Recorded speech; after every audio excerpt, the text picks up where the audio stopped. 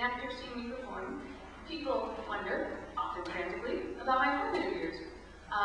When I was 12, I read a copy of Robert Heinlein's Stranger in a Strange Land, and my brain exploded. And after that, things were a little shaky. And then I got into the whole science fiction scene, you know, Star Trek.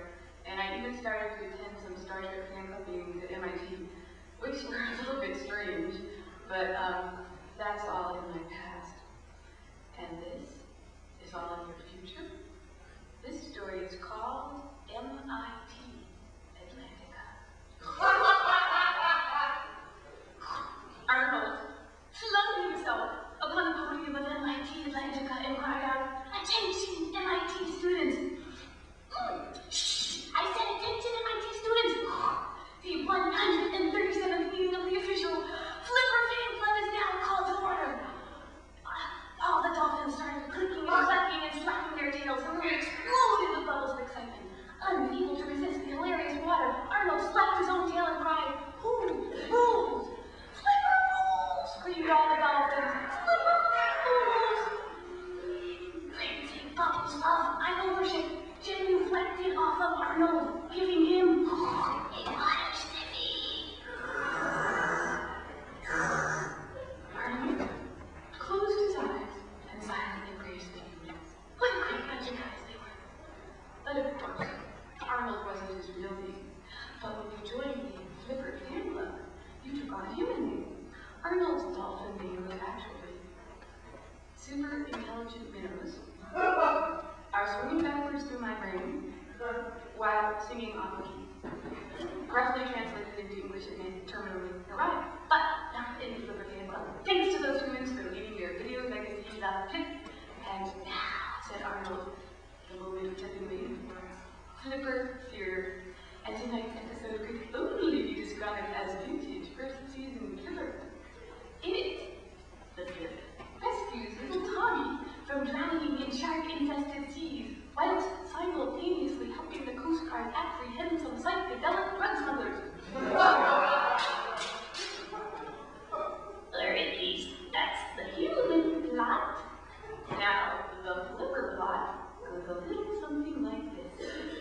All through the episode, Flipper is singing us a song, which is a brilliant commentary on human political territorial relationships, cleverly using Tommy as a symbol of the drowning masses, and the sharks to represent a human's unending hunger for power. The psychedelic drug smugglers are, of course, Greenpeace.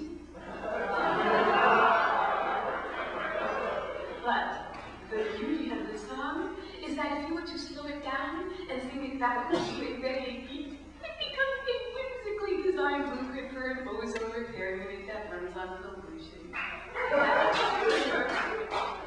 Tasteful bubbles of art appreciation began to hop about the room, and once more the dolphins began chanting, "Flipper rules!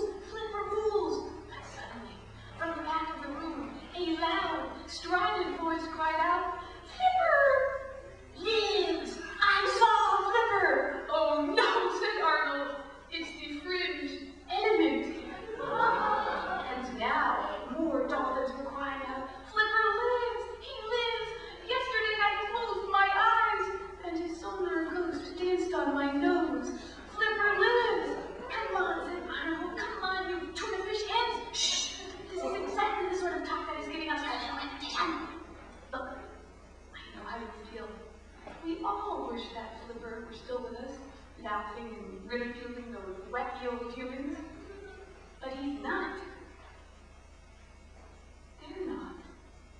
Arnold blew a slow dirge of mournful bubbles. "Resentful bubbles. No," he said, "those other dolphins call us dweebs. They call us human lovers. Well, I say that's no insult. Those humans weren't so bad. Well, okay. So they almost destroyed the planet before we had to put them down. But hey, they invented TV. I say those humans were a great bunch of guys.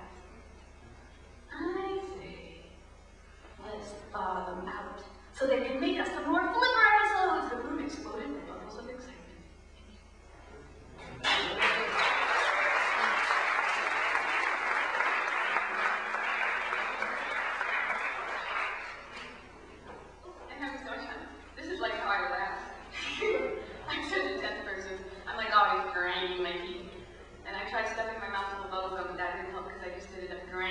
woman. And somebody told me that the best way to relax was to take a deep breath and visualize dolphins.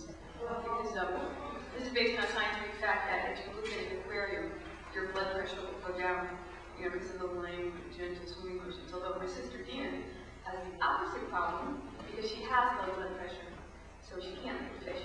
She cannot look at fish. If there's a fish, she has to close her eyes until the fish goes away. In fact, we're getting kind of worried about her, but her blood pressure would get so low she'd go into like a swoon. But fortunately for Dina, she owns a Yorkshire Terrier. One of those little hairball dogs that looks like a cat coughed it up. Like, honey, the cat just coughed up the dog. So anytime she feels like a little swoon, she just goes up to the dog and goes, hey, woof, and the dog goes, her blood pressure just goes away. And if she's like away from home and she feels a swoon, she just visualizes the Yorkshire Terrier. Anyway, this story is called, Am I a lesbian? Oh my goodness! How can one little word make me feel so uncomfortable? Because I have this theory. I think that every woman, whether she's gay or straight, at one point in her life is going to ask herself that question, am I a lesbian? Now me, I started to ask it in art college because I noticed that in late drawing class, I was very attracted to the female models. Oh, I was also attracted to the male models, but give me a break, that was normal. They weren't wearing clothes. The female models, I couldn't stop looking at their bodies. And none of these women were, no, I'm not saying they were ugly or anything, but this was art college, where we stressed realism, not idealism. So none of these women were going to end up on the cover of Cosmo, but I found them attractive. Am I a lesbian? But then I thought, nah, I can't be a lesbian. I mean, my number one wish in the universe is to French kiss Mick Jagger. Although, when you consider how big his mouth is, I probably have to use some sort of an adapter. Can't be a lesbian. But it seemed to me that I was just, while I was drawing, more into studying the female models. When I studied the male models, information came back. When I studied the female models, feelings came back. The male models were all about these shapes, capture the shape of this muscle, capture the shape of that muscle. The female models were all about these beautiful, flowing curves. Like the curve where the neck at your shoulder, or the sublime, gravity-conceding curve of a woman's breast. Am I a lesbian? No, I love the way water curves through a riverbed. But that doesn't mean I want to pump a reservoir. Oh, maybe I do subconsciously. Am I a lesbian? I started to monitor myself. If I noticed that while I was drawing a female model, I was actually enjoying myself, I would simply look away until the feeling passed. This did not help my art. I'll never forget my first school review.